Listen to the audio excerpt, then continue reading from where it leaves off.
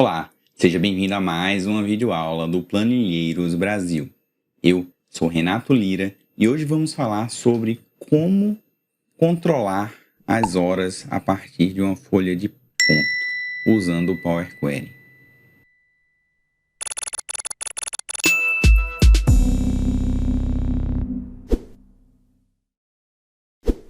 Nós temos aqui o editor de consultas do Power Query vinculado ao Power BI Desktop aberto. Podemos vir para a página inicial, inserir dados. Eu já tenho salvo no meu Ctrl+C os dados de funcionários A, B e C para determinadas datas e itens de entrada e saída de cada um. E aqui eu vou colocar como controle horas. Dessa forma, a gente tem uma tabela que a gente consegue fixar o funcionário e a data, transformar outras colunas em linhas, e a gente tem para cada par entrada e saída para cada funcionário. O que a gente pode fazer? Está misturado aqui os funcionários A, B e C. A gente quer ver cada par de entrada e saída funcionário a funcionário. Então, o que é importante a gente fazer? Primeiro, definir esse grão. Como que a gente faz? Botão direito no funcionário, agrupar por. E no agrupar por, eu vou usar a opção todas as linhas e vou renomear aqui para tudo. O que a gente acabou de fazer? A gente acabou de isolar e identificar todos os funcionários únicos e deixar em uma tabela todas as entradas e saídas relativas a esse único funcionário. Então, dessa forma, a gente pode isolar cada funcionário e fazer as contas propriamente ditas.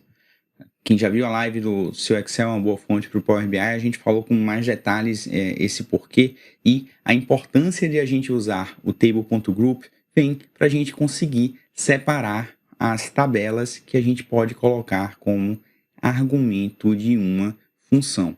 Então, o que é que eu posso fazer? Por exemplo, vim aqui na tabela A, botão direito, adicionar como nova consulta. E eu vou renomear aqui como insumo FN lê horas.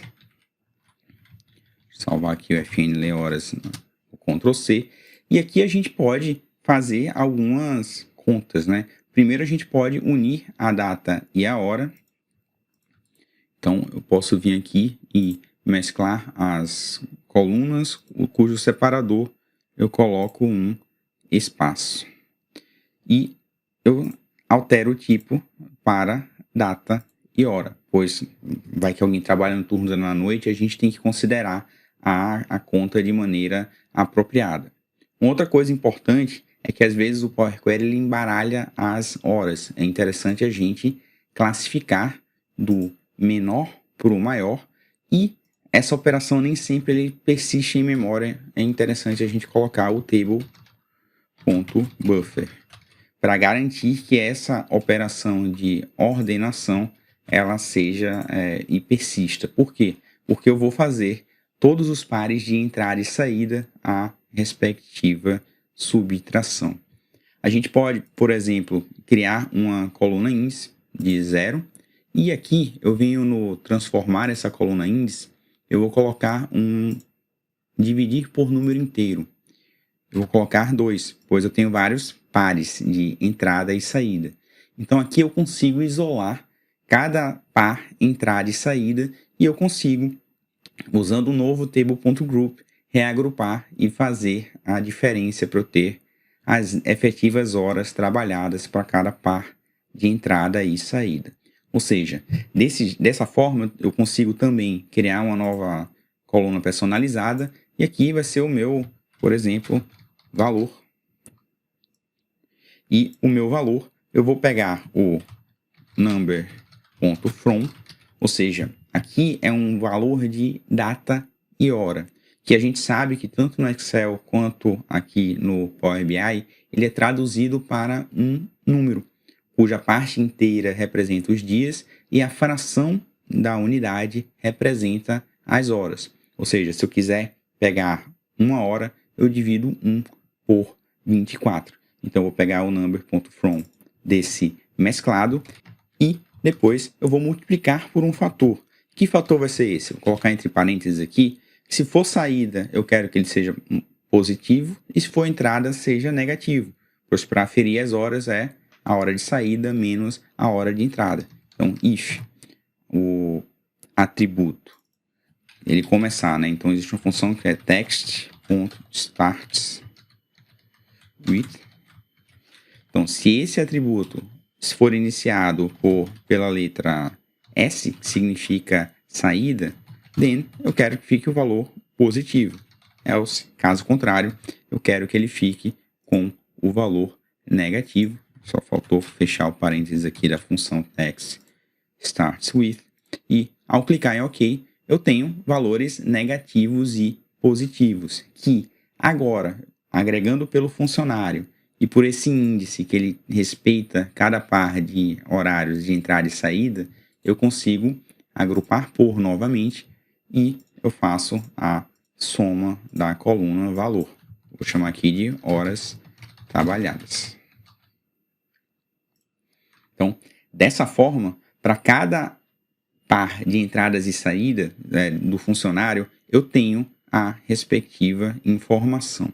Só um outro ponto que pode ser relevante também seria a gente absorver a data de entrada aqui referente a cada item desse. Então, eu posso voltar na engrenagem, adicionar todas as linhas aqui, eu tenho tudo, e eu tenho a referência que esse índice 0 é referente à entrada do dia 3 de janeiro de 2022 às 7h19. Então, eu consigo extrair uma informação a partir dessa tabela. Se a gente olhar a barra de fórmulas, olha o que ele fez. A partir da etapa anterior, cujo grão é funcionário e índice, ele me criou as horas trabalhadas e ele me criou o tudo usando o it underline e concluiu aqui com o respectivo tipo. Eu vou tirar esse excesso aqui, tá? É um excesso de informação. E o que é que eu vou fazer? Eu não quero mais o tipo tabela, eu vou colocar o tipo date time. E o que é que eu quero? Eu quero dessa tabela que a gente está visualizando aqui, eu quero a coluna que contém a data e a hora, que é mesclado, o seu primeiro valor. A gente tem uma playlist aqui do canal que a gente tem uma sequência de vídeos que a gente está utilizando todos esses conceitos. Então, em cima dessa tabela, eu quero a informação que está no mesclado, e eu quero a primeira linha. Então, eu coloco o item 0, lembrando que a contagem aqui é sempre base 0. Então, essa informação aqui, eu não renomeei o nome da coluna, eu vou colocar como hora inicial. Eu tenho todas as informações aqui, tá?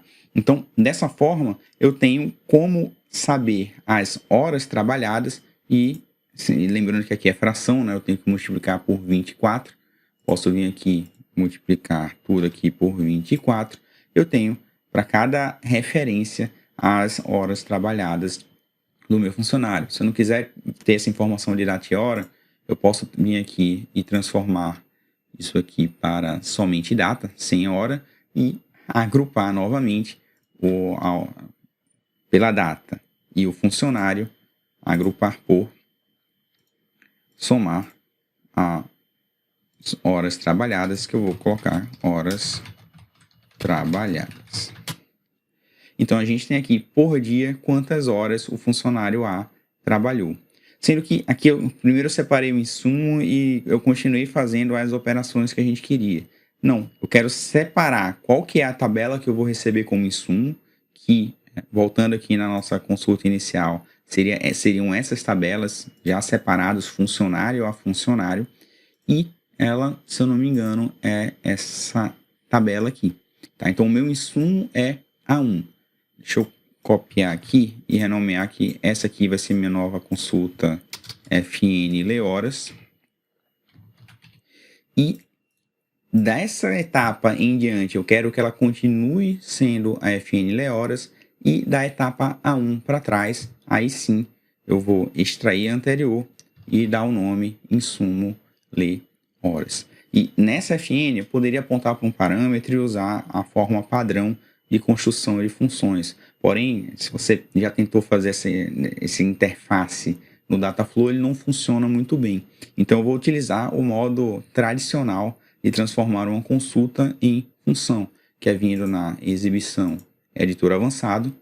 Eu declaro o meu argumento, vou chamar aqui de TBL, igual maior, e eu não vou apontar mais para o insumo horas, eu vou apontar para o parâmetro // para comentar. Acabei de transformar o fnlê horas em uma função e agora eu consigo voltar na minha consulta original e transformar cada tabela dessa nas informações que nos interessam. Então, eu posso vir aqui, invocar função personalizada, fnlê horas, e eu vou pegar o argumento da coluna tudo, que é o parâmetro dessa nossa função que a gente acabou de criar. Então, ao fazer isso, para cada funcionário, ele traduz essa forma de recebimento no output desejado, funcionário A, funcionário B e funcionário C, e dessa forma eu consigo remover as outras colunas e expandir aqui o output desejado.